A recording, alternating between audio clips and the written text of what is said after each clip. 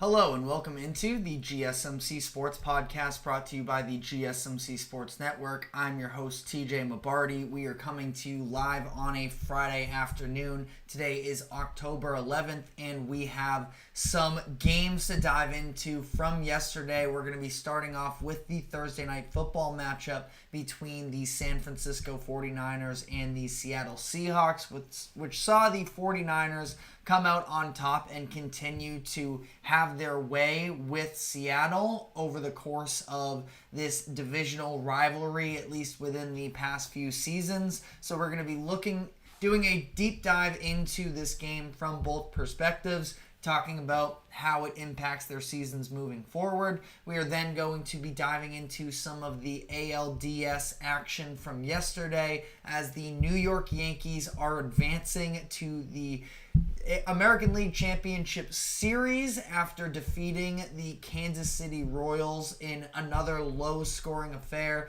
We'll talk about whether or not what they have shown up to this point is sustainable throughout the remainder of the playoffs, and we will additionally be talking about the Tigers versus Guardians series that's going on the other end of this American League playoffs to see who will be facing the Yankees with a chance to go to the World Series. And then to finish off the show, we're going to dive back into some NFL. We are going to be breaking down the biggest storylines in the NFL this upcoming weekend, talking about some of the key storylines such as the young quarterbacks that are going to be making their first career starts, some more experienced quarterbacks trying to fully secure their jobs. So we're going to be diving into that. And then additionally, we are going to be handing out our 5 best bets against the spread for this upcoming weekend. So a whole lot to dive into today. But before we do so, just want to remind everybody to like, follow, subscribe wherever you may be keeping up with us.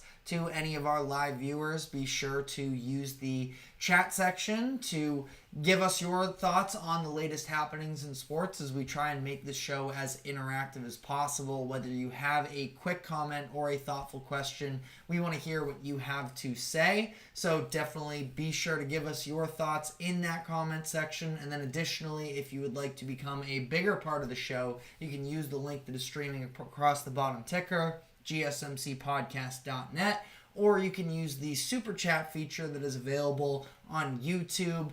Either one, if you leave a tip or donation along with a comment, your comment will pop up on screen for everyone to see. Help support us here at the GSMC Sports Network. Anything would be very greatly appreciated.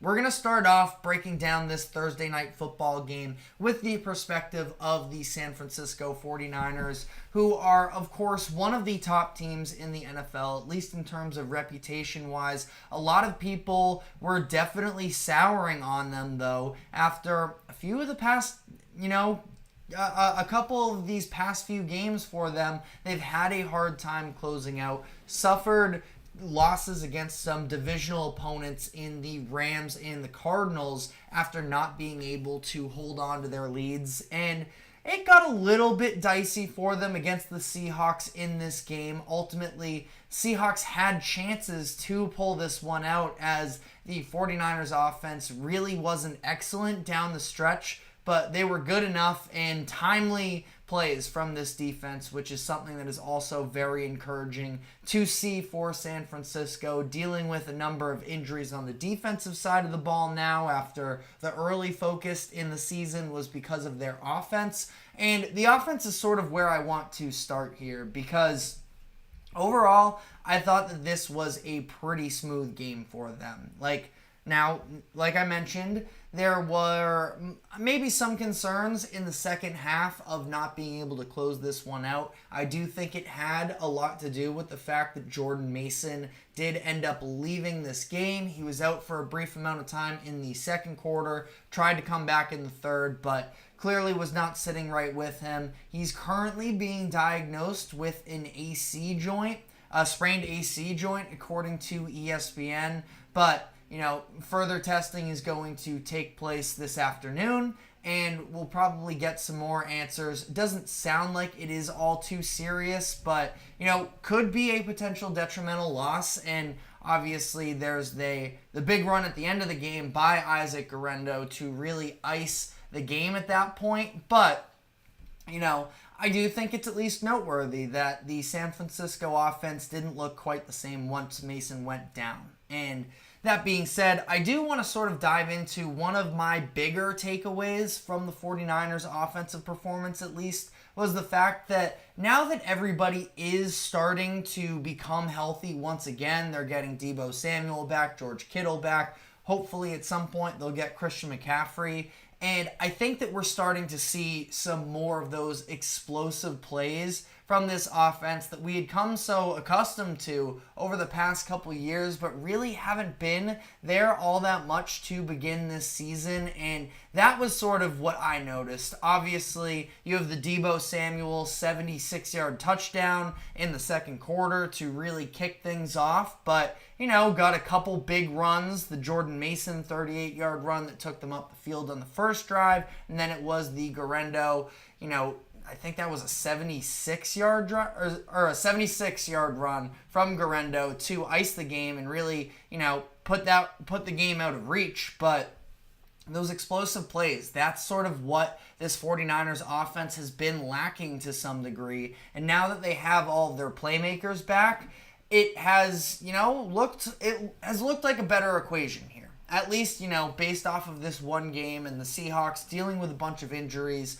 on the defensive side of the ball. So it's not like we can wholeheartedly say 49ers are back. There's no concerns. But I do think that for 49ers fans that were feeling a little bit anxious, you have to come out of this game feeling a lot better. Still not perfect, but taking steps in the right direction. And, as much as in terms of taking steps, I do think that we have seen improvement from Brock Purdy throughout the course of this year. I think he has sort of taken it upon himself a little bit more, given that there have been so many injuries to playmakers, that we're seeing him sort of take over these games a little bit more. Specifically, the mobility, pocket presence, and the scrambling around is something that we saw glimpses of it, I think, especially going back to last year's playoffs where Purdy did start using his legs a little bit more, and that sort of carried into this season, and I think it's been a positive development. In fact, Purdy was overall pretty good in this game. Final stat line, 18 of 28, 255 yards and 3 touchdowns. You get some scrambling out of him there as well, and I think that overall, good, not great, which is kind of the common theme with Purdy. The important thing for Purdy is to not make the costly mistakes. And now that they have all of these playmakers back, Purdy can sort of settle in a little bit more to what the system is, which is just deliver the ball on time, get it into the hands of your best playmakers, and let them work. We saw that with specifically the Deebo Samuel play, and there were some other big George Kittle plays as well. The deep reception that went for 20-plus yards down the left sideline, and then, of course, the touchdown catch that was incredible on both ends, I think, from Purdy and Kittle to have that, the ball placement, the footwork by Kittle. That was an excellent play for 49ers fans. And it's interesting at least, and not that I want to be so fixated on what the offseason is to come, because right now it's still very early in the year. 49ers feel like they have a golden opportunity to make another run to the Super Bowl. In the back of my mind, though, as I watch these 49ers games, I do think to myself, I'm just sort of evaluating Purdy a little bit more, considering the fact that he is going to be eligible for a contract extension this upcoming offseason.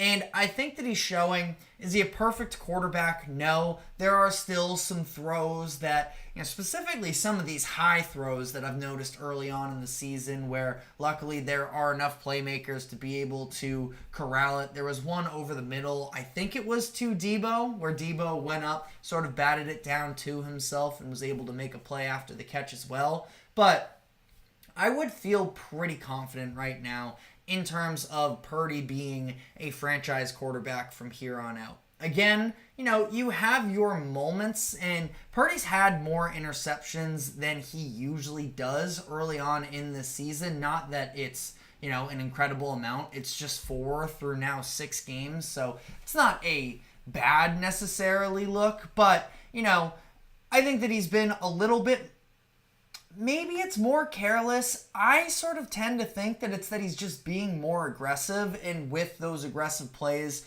sometimes you have to sort of up the risk a little bit. So I've been very impressed from Purdy up to this point in the season, and obviously contracts aren't given out because you have a good September and October. Purdy, of course, is going to have to continue to take steps in the right direction, but I feel like we're seeing, I think it's a little bit of a juxtaposition of Purdy when he has all of these weapons. He's able to play a very clean game, and the stat line, it's safe, but it's effective. But you see the little bit of glimpses as well of excellence in his game. And then, on the other side of this as well, I think that he's played pretty well when there haven't been weapons for him. So this is a situation where I really do feel confident about Purdy being able to be the franchise quarterback for this 49ers team. It's also not like, he's going to go and get paid huge money by the Carolina Panthers, where there's a lot more unknown there, considering that Purdy just kind of checks all the boxes for Kyle Shanahan. I think that this is an excellent fit, and I'm pretty optimistic right now for 49ers fans moving forward. But let me know what your thoughts are in the comments section. As much as I just sang a lot of praise, there were some slight concerns, I think, with the Niners in terms of their offense. Like I sort of opened up the show with, still not a great second half performance in terms of closing out this game, and that was the theme, as I mentioned, with the Rams and with the Cardinals in 2 of the past 3 weeks. So less than ideal for sure, but they at least made the plays when they needed to. Especially it was converting on what was a short field when Geno Smith threw that fourth quarter interception that put the 49ers on the 15-yard line. But this had been a team that was struggling in the red zone, even to some degree up to that point in the game where, they were 2 of 4 up to that point. First half wasn't great, but the red zone is something that I was definitely keeping my eye on, considering they were 1 of 6 in the red zone last week against the Cardinals, and ultimately they were able to punch it in for them. And I think that that's huge for them, especially just not leaving points on the board. I feel like the 49ers, there are definitely areas where they could have, been more efficient offensively. I mean, they had to, punt 3 straight drives at one point in the second half as the Seahawks started to, mount a little bit of a comeback, but that's, again, where they can lean on their defense, and their defense ultimately came through for them. I mean, they know what their strengths are, like I mentioned, dealing with some injuries. Javon Hargrave out for the regular season. Talanoa Hufanga missing this game, but it's still usually the usual suspects in terms of the San Francisco 49ers defense. Fred Warner, still the best linebacker in the NFL. I thought that he was incredible in this game, specifically that play that he had, I think it was in the second quarter, of just getting across. It was 3rd and short on a screen play to Kenneth Walker. Fred Warner just beating the right guard to the inside across his face and sticking Kenneth Walker, who is not an easy player to bring down, and, stop him short of the line to gain, force a punt there. I mean, he is just such an incredible player. And then Nick Bosa as well, where I think I mentioned this yesterday on the show, the counting stats for Bosa haven't necessarily been excellent, but it's just the constant impact that he has on a play-to-play basis. You see the pressure that he has in the red zone for Geno Smith when he threw that opening interception. You see regularly, he was just all day long picking on the Seahawks third-string right tackle, getting to Geno Smith, and didn't fully bring him down, but having an impact without a doubt. So the 49ers are in a very good place right now. And I was almost a little bit nervous, the fact that I wasn't so worried about the 49ers. I was wondering if I was missing something. This is definitely not a game to say that if you have specific issues with San Francisco, that there are no issues whatsoever. I know the final stats in terms of the running game do look very good for the Niners, but I mean, coming into this game, they were last in run block win rate. You see, you get those couple of explosive plays, but running game, it especially feels like on first downs, and part of the reason why I think they can tend to stall out on some of these drives is not getting enough consistency out of the running game. I would imagine that changes once Christian McCaffrey comes back. Again, though, no real concerns for me on the 49ers front of things here. And now they get a little bit of a mini bye week moving forward here. Can double check what their schedule looks like from here on out. It appears that next game they're going to have to saddle up for the Kansas City Chiefs, which should be a very fun game to watch there. So, again, there are definitely... The 49ers are not playing perfect football right now, but I think that at least offensively, in terms of those injuries, they're starting to hit their stride. We can see this Niners offense fully unlock, and it'll be really interesting to see them go up against the Chiefs next week. So that should be a very fun one. I do want to look at the other side of this Thursday night football game, though, and talk about the Seattle Seahawks, who are now on a 3-game losing streak, and after their undefeated start to the season through the first 3 weeks. So we'll talk about what the level of concern for Seattle is right now as they try and keep themselves in the hunt for a playoff spot. So we are going to be diving into that. But before we do so, we do have to take a quick break. Do not go anywhere. We will be right back. I feel like I'm losing my mind. Is everybody in the world blind? Please, Lord, give me a sign, a sign. I feel like I'm losing my mind. Is everybody in the world blind? Please, Lord, give me a sign, a sign. I wanna be the greatest. Everybody on the fake shit. I look around and feel like everybody is the fakest. I make this every day and I'm impatient, hoping one day I blow up from the basement statement. The top is so vacant. I don't hear shit that I think is amazing. Waiting for my day when I'm playing sold out shows for 1,000 faces. Hey, give me that crown. Get in my way and to be put down. It ain't your place, all this my sound. If I want that shit, then I'll get it right now. I'm losing it, the losing fit, some losing shit. A stupid myth. You choose to live or choose to dip. You choose to fight or lose your grip and lose a gift. Oh. I feel like I'm losing my mind. Is everybody in the world blind? Please, Lord, give me a sign, a sign. I feel like I'm losing my mind. Is everybody in the world blind? Welcome back into the GSMC Sports Podcast, as we just broke down the perspective of the San Francisco 49ers after their bounce-back win last night. I do want to look on the other side here, though, with the Seattle Seahawks, who are now on a 3-game losing streak after starting the season 3-0. And this is a team that, I felt like they were going to be in the range of 500 coming into this year. And while the 3-0 start was good for them and you win the games that are in front of you, we really didn't see them beat all too many difficult opponents. It was Bo Nix in his first ever NFL game. It was the Patriots, who have been a mess since that week. And it was the Miami Dolphins playing with a backup quarterback in Skylar Thompson, where even he left, and it was their third string Tim Boyle coming in. So those are the 3 wins for Seattle. not super convincing. And I think I tried to err a little bit more on the optimistic side following their loss against the Lions. I mean, I do think that that's a Lions team that is one of the best teams in the NFL. Yesterday, we did our power rankings, and I had the Lions at number 2. So the fact that they were competitive in those games, in that game in particular, is a positive for sure. The fact that their offense was able to sort of keep pace, that Geno Smith was, firing in that game in particular.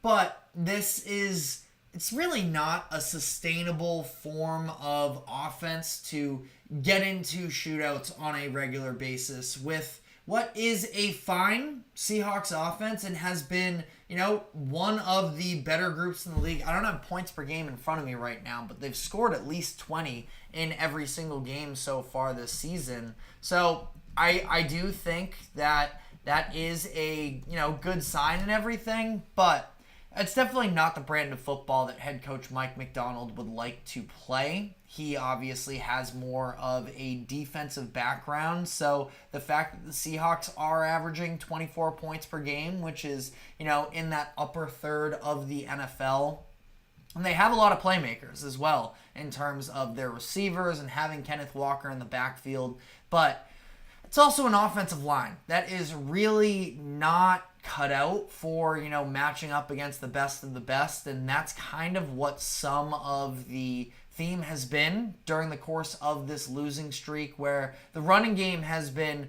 pretty much non-existent for them. And Mike Macdonald acknowledged that himself, and coming into this game, when he spoke with reporters earlier this week, said that the Seahawks need to be running the ball more, which he's not wrong on. The issue is they were trying to establish the run in this game against San Francisco last night, and it was just unsuccessful. Now, I think that Kenneth Walker is an incredible talent, and you have to get him more involved. So I did like the 14 carries for him coming off of, I believe it was just 5 against the Giants in week 5. So, a step up in the right direction there. You get him an additional 8 touches in the passing game, but the inefficiency on the ground is killing them. It was a total of 19 handoffs for the Seahawks last night for just 52 yards. Just not efficient enough as a whole. This is yards per carry,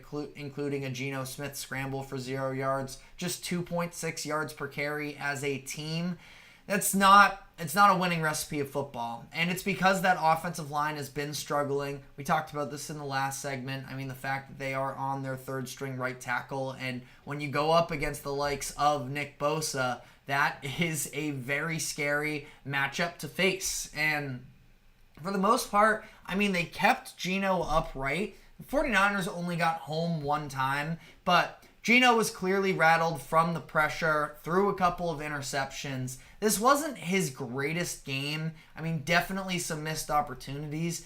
I don't think you can say he was bad necessarily. He was 30 of 52, 312 yards, 1 touchdown, 2 interceptions. He's being asked to do a lot for this Seahawks team, probably more than any Seahawks fan possibly could have imagined back from 2022 when he first took over the starting role here in Seattle. But, there are a number of throws that he would definitely prefer to have back. It was the interception in the red zone on that opening drive. He had a couple other throws throughout that first half as well. There was a 3rd and short to Jackson Smith and Jigba that he threw high. I thought that there was a deep shot to DK Metcalf on that final 2-minute drive of the first half, where if he puts it out ahead of DK, I think that there's a great chance for a touchdown. You can't guarantee anything, but instead he sort of underthrows him. DK doesn't come back for the ball quite enough and falls incomplete. That drive as a whole, by the way, was not a fan of that. Don't want to dive into it too much because, I feel like those final 2-minute drives are usually where you hear a ton of outrage from fans, and I don't want to be like that, but was not a fan whatsoever of the clock management with the urgency that the Seahawks were operating that drive with, understanding that this is a game against a division rival. before the half, at that point, the score is 16-0. You gotta, make things competitive in that moment. And instead, they have to end up settling for a field goal. Not a fan of that. But, again, Geno, there was clearly something off, at least to some degree, between him and DK Metcalf, where, early on in the game, there's cutting to DK on the sideline. He's, slumped over, sitting down on the bench.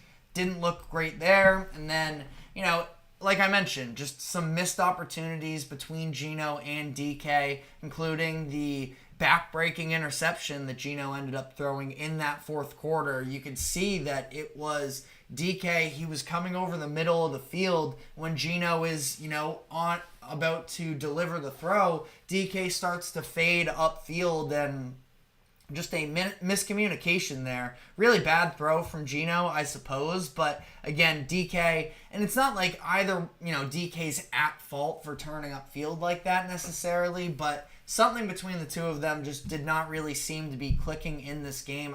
DK overall was pretty, that's actually crazy. He was involved is where I was going at that, but just now sort of realizing, looking at the box score, that 11 targets and just 3 catches. So, again, he was frustrated. Geno Smith was definitely frustrated for a lot of this game as well. And definitely not a great sign for the Seahawks as a whole, where, again, they've been able to put up points up to this point in the season. It's just that their offense does seem to be flawed. And I definitely don't want to put that immediately on the shoulders of Geno Smith. I think there are a number of other issues that the Seahawks are dealing with before getting to that quarterback position. Again, the complete absence of a real running threat. Despite having one of the top running backs in the game, that's an issue for me. Looking at the defensive side of the ball, all of the injuries that they've been dealing with, the fact that their front seven,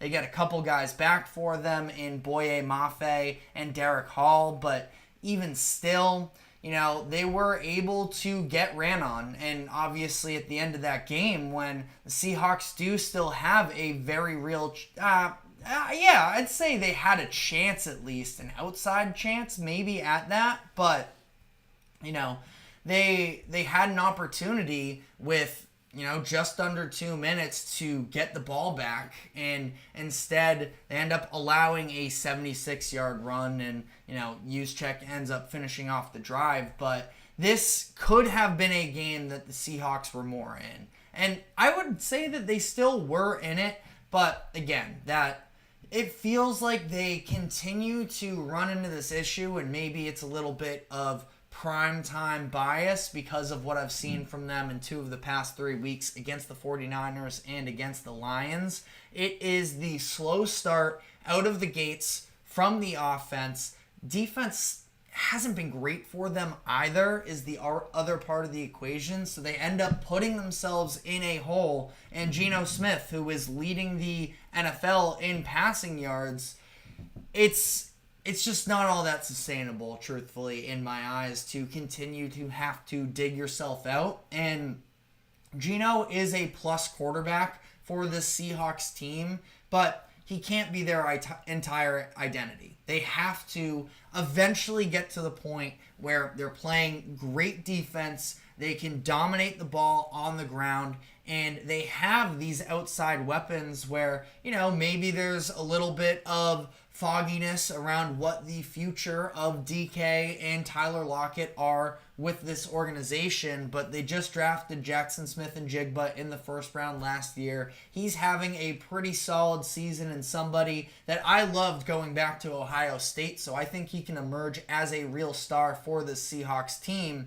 But again, when you're talking about sort of what the vision is for where this team is currently at and what their path to success is, it has to start with being able to run the ball, giving your defense a little bit more time on the sideline, not having to, be on the field so much, which has been a little bit of an issue for them up to this point to at least some degree. And I'm buying into the future of what Mike Macdonald can bring to this Seahawks organization. That being said, though, I don't know if the Seahawks are a playoff team. They should definitely be in the hunt, all things considered, by the end of this for a wild card spot. I do think that at this point, I'm kind of writing them off in terms of winning the NFC West, which is maybe a little bit unfair because it's not like the 49ers have looked excellent up to this point, nor has anybody else in the division. But that being said, I do feel like the Niners are pretty clearly the best team in this division. I know a couple bad losses up to this point, but I think that as they get healthier, they're going to figure it out. And it's going to be on the Seahawks to be able to sort of reroute the trajectory of where they've been at this point. And, truthfully, until they pick up a real statement win, it's going to be easy to look at those first 3 weeks of the season and say they picked up their early wins against teams with young or bad quarterbacks, or at least young or bad quarterback play. We can maybe leave it at that. But let me know what your thoughts are in the comments section as to the 49ers or the Seahawks or where that entire NFC West race is currently at. But we are going to be diving into the other meaningful action from yesterday and the MLB playoffs, talking about the New York Yankees advancing to the ALCS after beating the Royals in 4 games, and then the Cleveland Guardians, backs against the wall, were able to mount a comeback and force a Game 5 in that series. So we're going to be diving into both of those games and where these teams stand at this current moment. But before we do so, we do have to take a quick break. Do not go anywhere. We will be right back. Looking for your daily fix of sports talk without having to pay for it? GSMC Sports Network is available on YouTube. Just search GSMC Sports Network. Get your fix of daily sports talk shows on YouTube, absolutely free. NFL, college football, NBA, MLB, MMA, UFC, fantasy football, and so much more.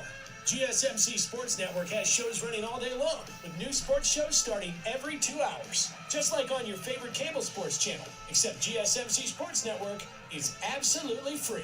Just search GSMC Sports Network on YouTube to catch one of your new favorite shows, like the GSMC College Football Podcast, Chip Shot Football Podcast, Hoops and Heels Women's Sports Podcast, GSMC Basketball Podcast, and so many more. Check it out for yourself. GSMC Sports Network, now available on YouTube absolutely free. Search GSMC Sports Network on YouTube right now. Welcome back into the GSMC Sports Podcast, as we're now going to be diving into yesterday's MLB playoff action. We're going to start off with the New York Yankees, who are advancing to the ALCS for the first time in a few years, and it is thanks to some excellent pitching throughout this entire series against the Royals. And we'll be diving into the Royals themselves in a moment, but I want to start with the Yankees and just talk about what they've been able to do on the mound. In this game, they get a stellar Garrett Cole performance, which was, in my opinion, very much needed. Did not want to see what that looked like heading into a Game 5 against what I think is a superior overall Royals pitching staff. But Garrett Cole with a gem, 7 innings pitched, 6 hits allowed, 0 walks, 4 strikeouts, and just 1 earned run. He was able to turn it over to a bullpen that is really firing on all cylinders right now. It was Clay Holmes in that, a little bit of a setup man role that we were discussing yesterday, maybe more of a middle reliever at this point, but very much effective now that it seems like he's been able to overcome some of the mental blockage that occurred, a little bit right before the All-Star break, and he's been playing at a much better level. He and Luke Weaver, who's now sort of taken over that full-time closer role for the Yankees, at least as of late, they both go perfect innings, and the bullpen is now at 15 2/3 consecutive scoreless innings, which I think is a huge deal for the Yankees, because while it's definitely very fair and a lot of people are pointing to the lack of offense from the Yankees throughout this series, which is sort of its own separate discussion, this is definitely a surprise to me in terms of how they were able to sort of go into this series against the Royals, who I think overall have one of the best pitching staffs in the entire MLB,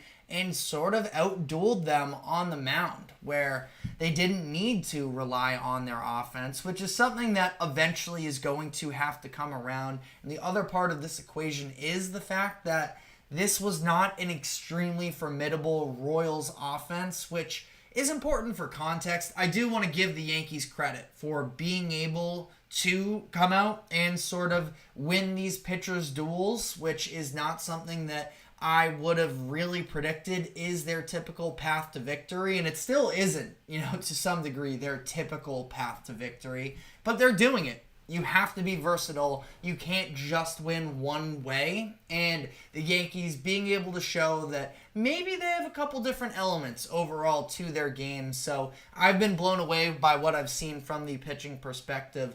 That being said, sort of on the Royals side of this, it's disappointing to sort of go out like this. And, they were able to even advance to the divisional series after scoring just 3 runs in the wild card series. They finished this postseason run with just 2.5 runs across 6 games. Due to the star nature, of course, of Bobby Witt Jr. and the fact that he's going to be the runner-up for the MVP in the American League, he's going to get some blame, which is fair. He was better in the last 2 games of this series. I don't think this is anything he needs to, fully hang his head about, and I don't think that he deserves to be slandered by any means. I think that, he was able to give them stellar defensive production throughout the entire series and playoff run here.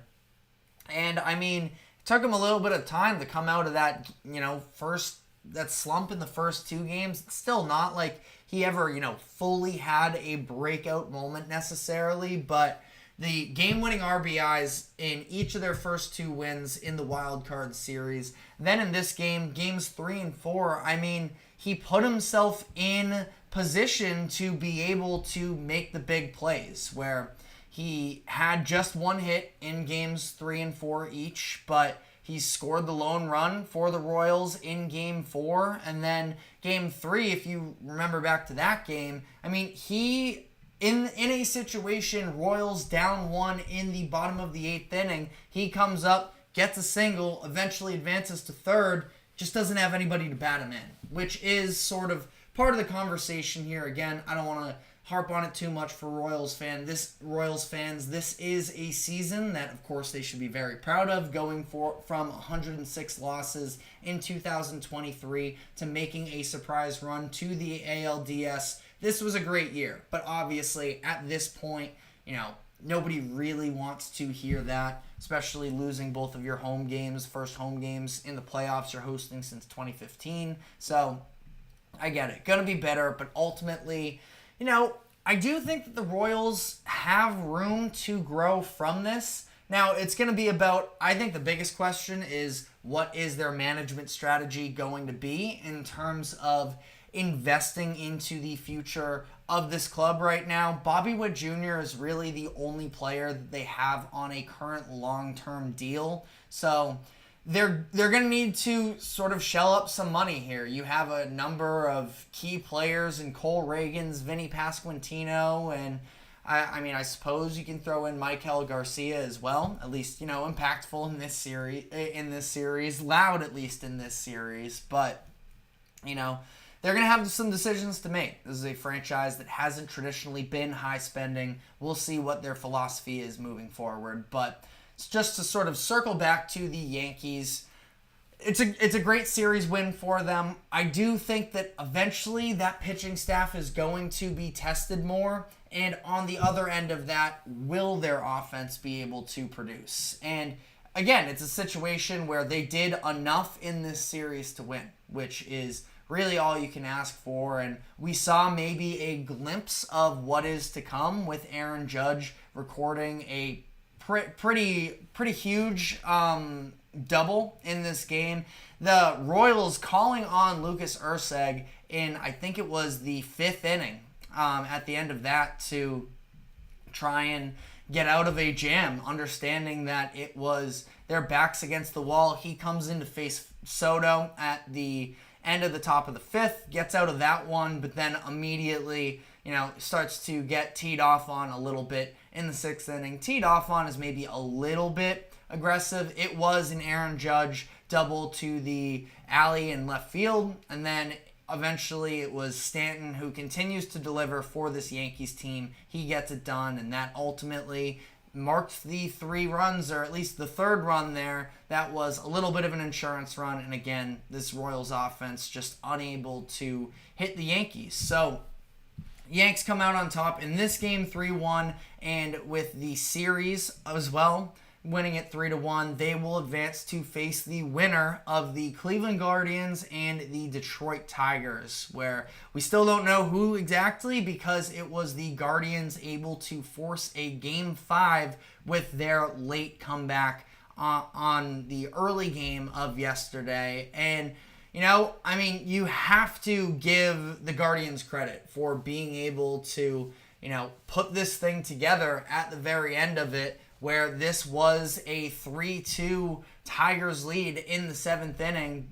But before we saw the Guardians, and something that I was pretty encouraged with, we talked about yesterday the fact that, trying to navigate the Tigers' different bullpen usage, where the Guardians early on in that game sort of, went straight to their pinch hitters and sort of binded themselves a little bit into some not ideal matchups. But Stephen Vogt able to, play that game a little bit more, stick with their guys out of the gates, and eventually it was the pinch hitters making plays when they had to, where you get, specifically, it was David Fry in this situation coming in for them it was the 7th inning, and being able to hit the pinch hit home run that put at that point, again, they were down by 1. Stephen Kwan, who just continues to get on base basically every time he comes to the plate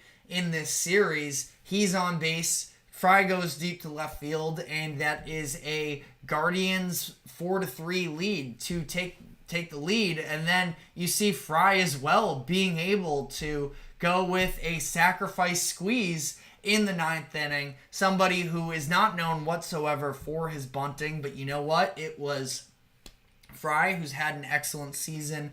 Him getting the play done. Again, the managing by Vogt to be able to, put his team up, give a little bit of insurance, which was needed, because the Tigers did end up scoring in the bottom of the 9th inning. So it was that Fry sacrifice that ultimately put the Guardians over the edge. So this is going back to Cleveland for Game 5. We're going to get Tarek Skubal on the mound, which is, I still feel good about the idea of the Tigers being able to pull out this series win, considering Skubal is a very intimidating pitcher to face in a winner-take-all elimination game.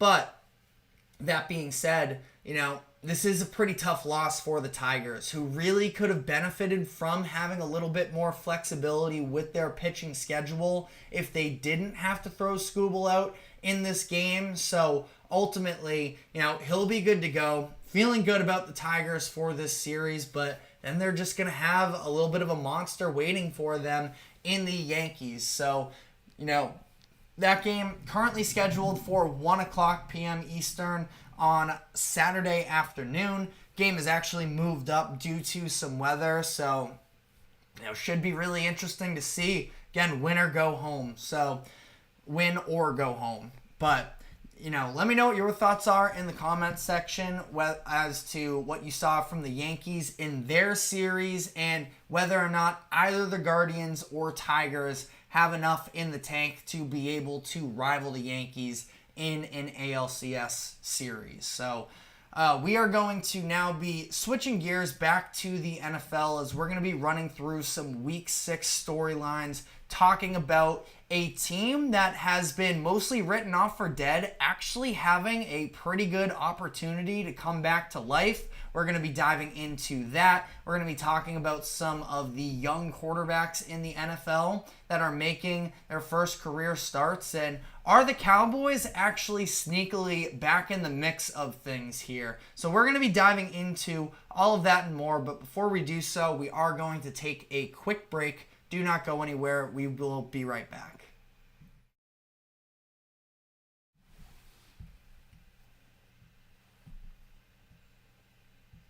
For the best and latest podcasts available anywhere, go to the podcast app on your cell phone and type in GSMC to access free content-rich podcasts on health and wellness, book reviews, sports, entertainment, relationships, social media, movies, technology, finance, and even weird news. Subscribe and download the GSMC Podcast Network's family of shows, available everywhere podcasts are found.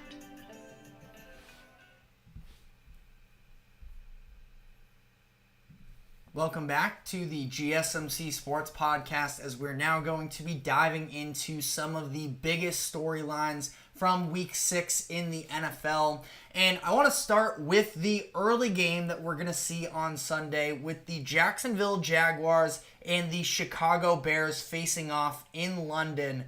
And I think that this is a massive spot here for a couple reasons. The Jacksonville Jaguars, who have been a flat-out disaster up to this point in the season after a 1-4 start, sneakily have a chance to make things interesting moving forward, because while the Bears are favored in London as of right now, we're going to be getting into my specific picks on this game in the next segment here, but Jaguars have actually sneakily two very winnable games, both in London, these upcoming couple weeks against the Bears and the Packers. And this feels like a situation where probably if Doug Peterson doesn't go 2-0 in this situation, that he might be left in London and the Jaguars could fire him.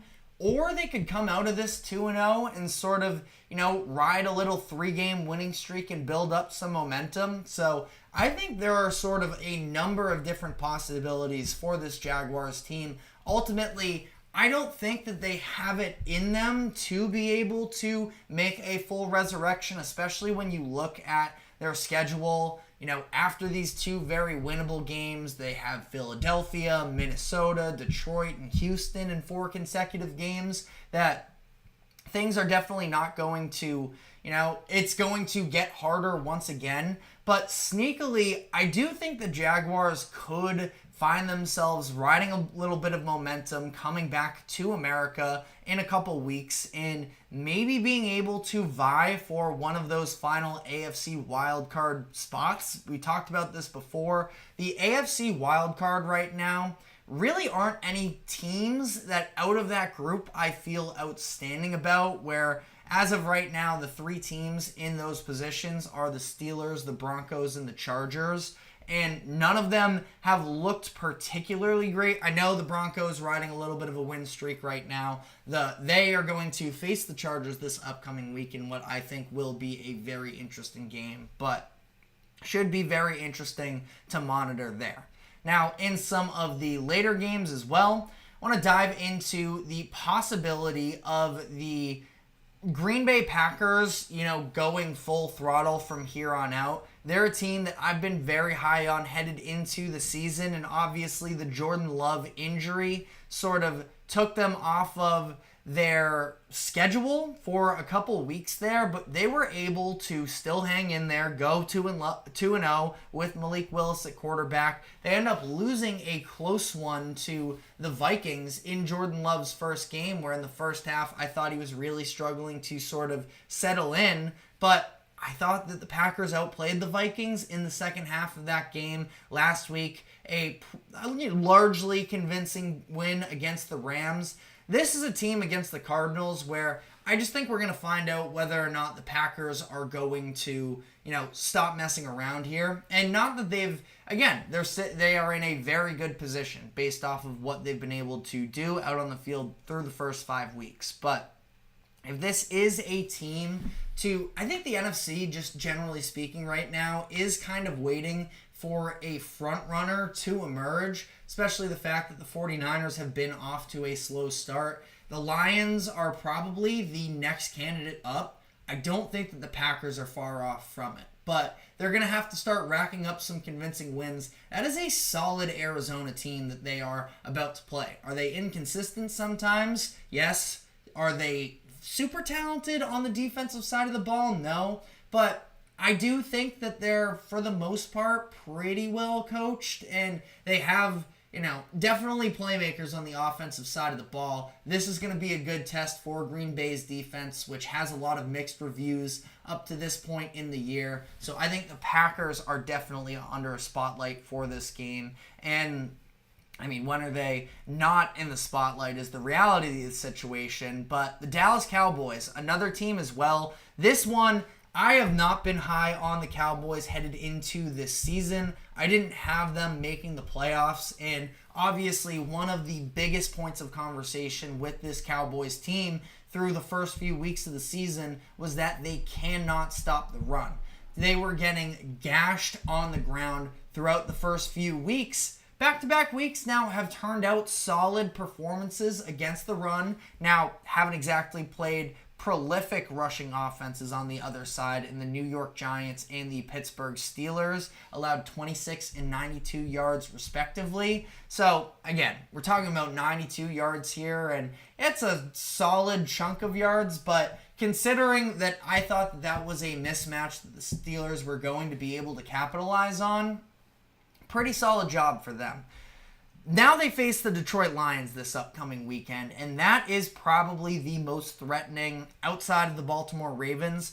The Lions probably have one of the most threatening rushing attacks in the NFL with their offensive line. It sounds like they're going to be getting center Frank Ragnow back from injury, which would be a huge development for them as well.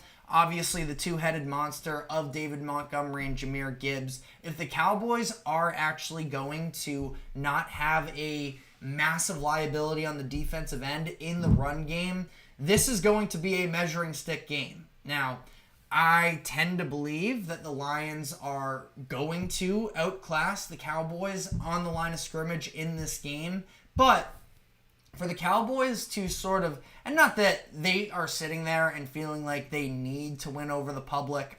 Nobody ever really believes in the Cowboys anyways on a year-to-year basis. But I think it's especially easy when you give everybody something to point at. Right now, their running defense is one of the biggest points of contention with this Cowboys team.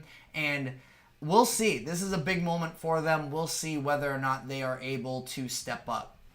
A couple other stories here. The young rookie quarterbacks that are going to be making their first debuts. It is Drake May starting at home against the Houston Texans, and it's Spencer Rattler facing off against the divisional rivals in the Tampa Bay Buccaneers. So, quick thoughts on both of these upcoming games for them. I talked about it earlier this week. Did not love how the Patriots went about this Drake May starting experience whatsoever. And I am a Patriots fan, so I'm a little bit caught in the middle of my heart knows that it might be more beneficial it was more so actually my brain knows that Drake May could benefit from resting more, not playing with this abysmal offense. But the heart kind of wants to see him play, and also there is some rationale that the Patriots can be better on offense this season with Drake May under quarterback. I just don't understand the timing of it. If you're going to start him this early in the season, why wasn't it last week against a much inferior Dolphins roster in comparison to what they are going to be facing against with the Texans with a very good defense period, and then DeMeco Ryans, up top, being able to coach this team. They are going to bring the pressure on Drake May, and it's going to be up to him to be able to overcome it. I'm really not expecting high things from the Patriots in this game. I feel like to some degree they are going to especially be leaning into the run game as much as they possibly can.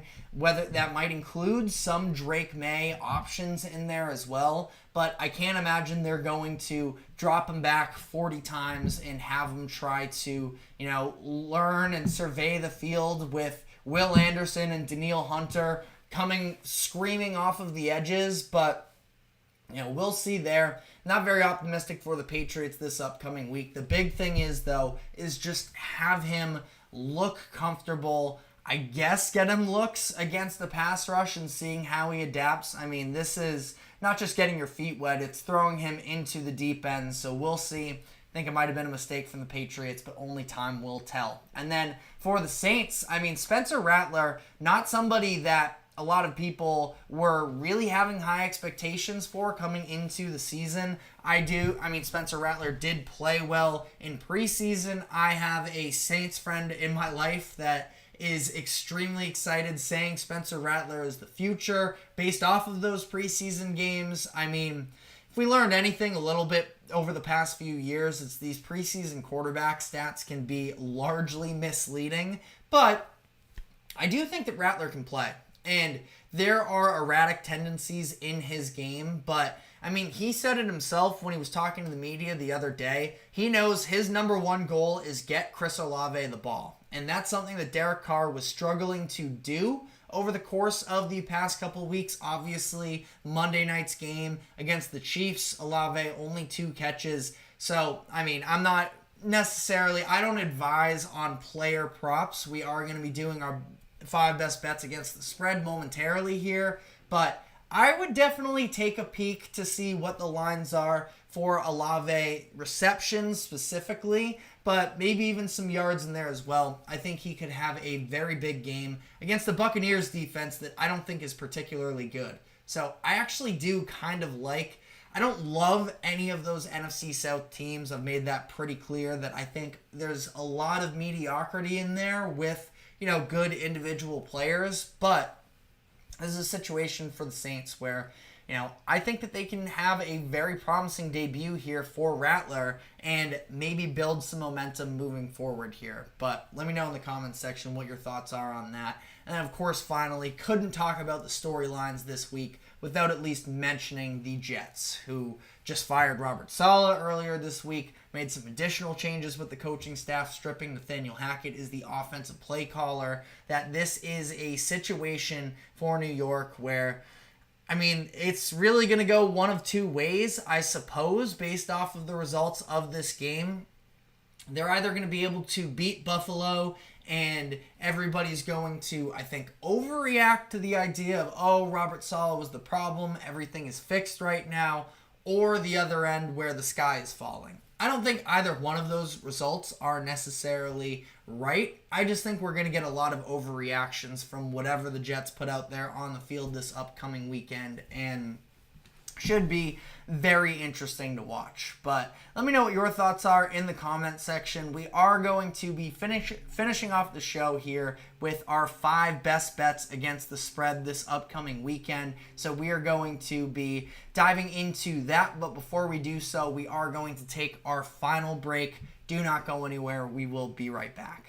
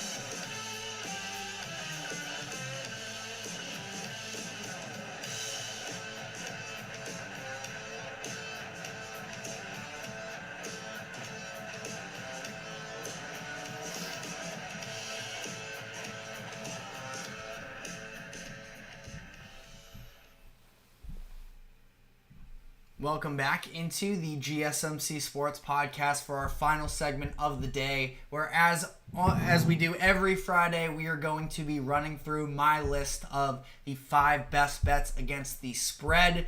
Every week, definitive 5 numbers. Overall, we've been doing pretty well on the season. Still yet to have a losing week. Now, once we get to those final games, sometimes we get tripped up a little bit, but overall, 8-1 on the season. Had another winning week last week. We are doing pretty comfortably so far, hoping to sort of, really take our game to the next level here. So, starting off here, do want to start in the morning with the London game, and as I just talked about in the last segment, this is a chance for the Jacksonville Jaguars to turn their season around against the Chicago Bears. This is a very winnable game for them. They're coming off of a win against the Colts. Was it all that convincing? No, not necessarily. But, it's a win's a win. The Colts also beat the Bears for whatever that's worth as well. That being said, though, the Bears are a team that I actually have seen week-to-week improvement with, which, maybe to some degree could lean to the idea of they may get knocked down a peg, but I think that this team is sort of figuring it out, and it's specifically on the offensive side of the ball. I've been claiming that their defense is elite all season long, and up to this point, they've made me look pretty smart on that. We've bet on the Bears a number of times already throughout the course of the year, and I think that this is another game where Caleb Williams can continue to build on this momentum and shine. It's a secondary that's riddled with injuries, the linebacking core as well.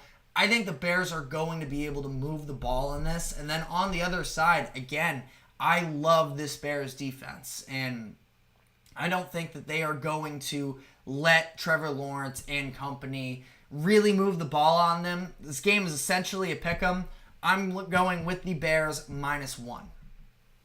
Next up, the Lions against the Cowboys. Lions coming off of a bye week. This is definitely a game, in my opinion, especially the fact that it's coming off of a bye that Dan Campbell has had on the bulletin board for months now. If you remember back to last year, that was the game where it was the Dan Skipper incident, where he appeared to check with the refs before the play to report as eligible. He scores what would have been the go-ahead touchdown in the fourth quarter, but instead they throw the flag. Still a very weird situation. Feels like the Lions got robbed a little bit on that one. Not that we can fully blame the refs, but to some degree, this has got to be an infuriating game for Dan Campbell that I think he's had circled for a while, going off against a Cowboys team that I am still not really a believer in. And like we just talked about in the last segment, this idea of if the Cowboys are going to,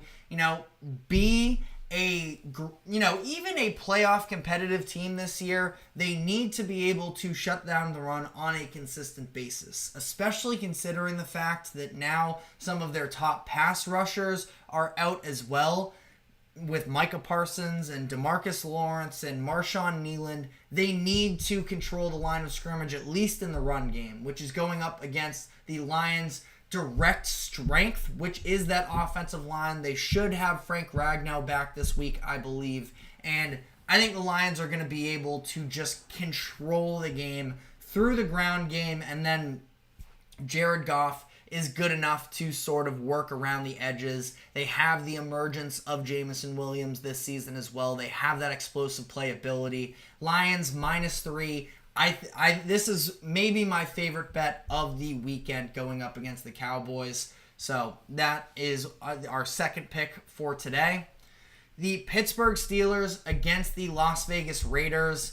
Steelers, I keep betting on them, and I kind of can't help it because I think that they've just had so many manageable games on their schedule up to this point.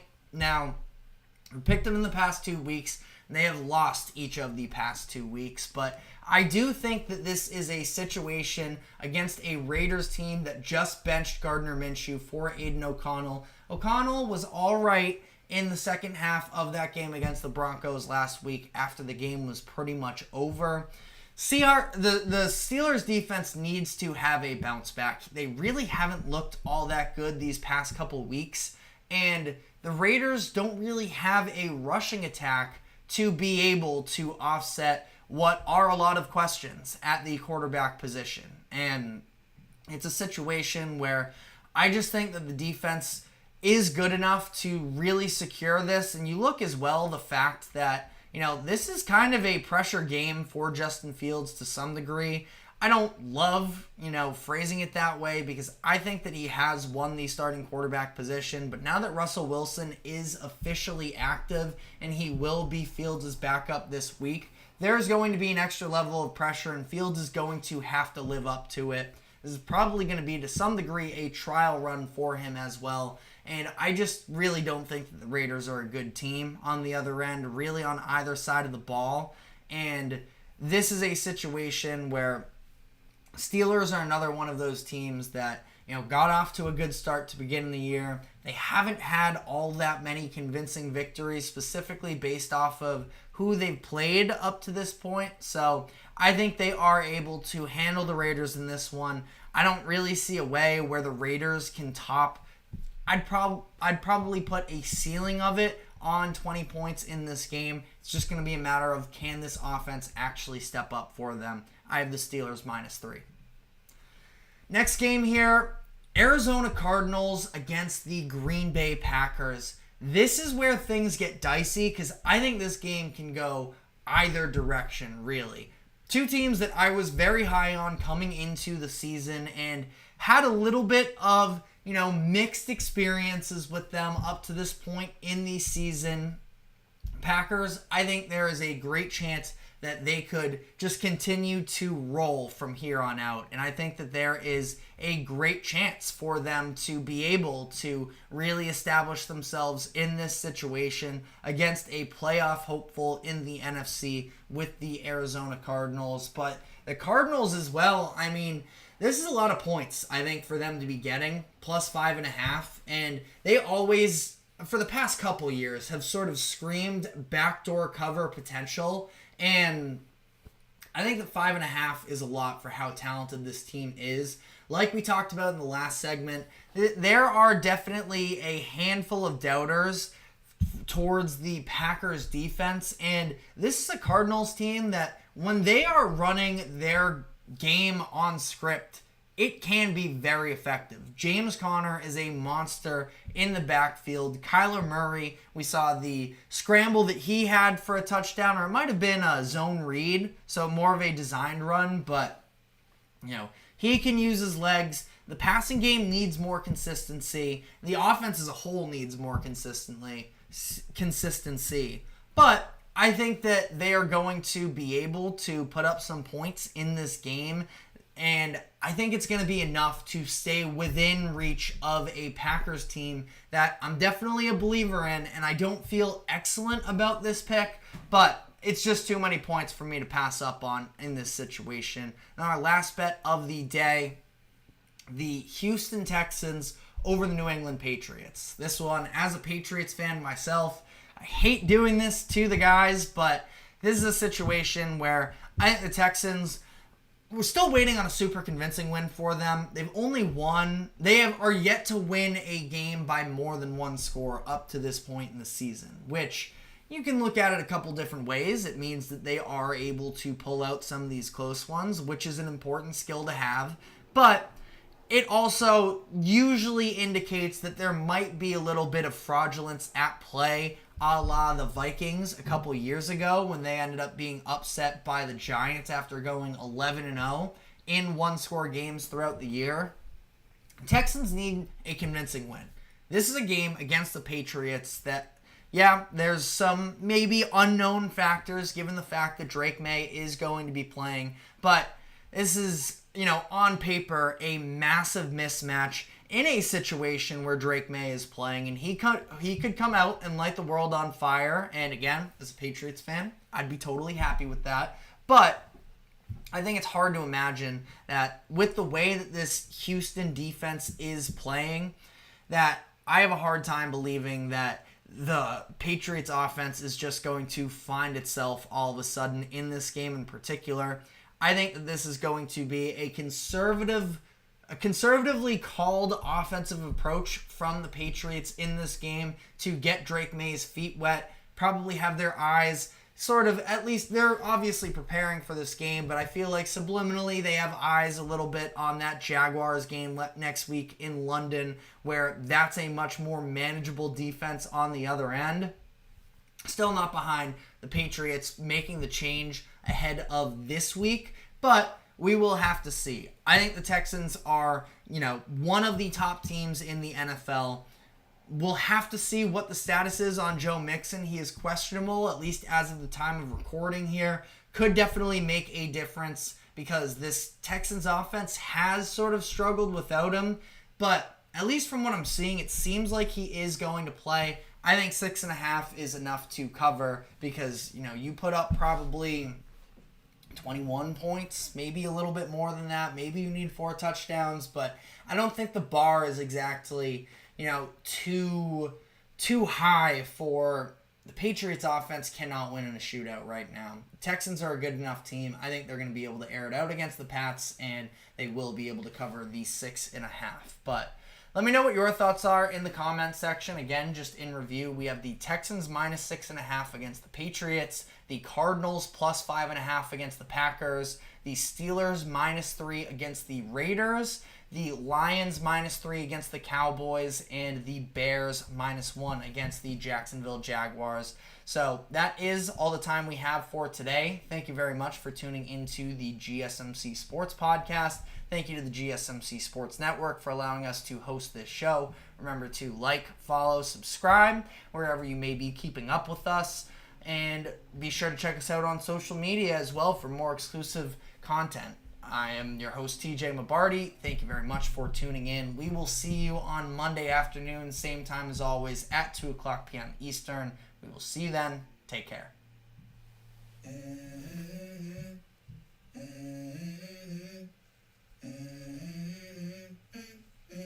Let's go. I wake up to a little bit of drool on my pillow, feel like it's gonna be a bad day. Yeah, I'm tired of shit, and the coffee ain't hit yet, damn ain't that.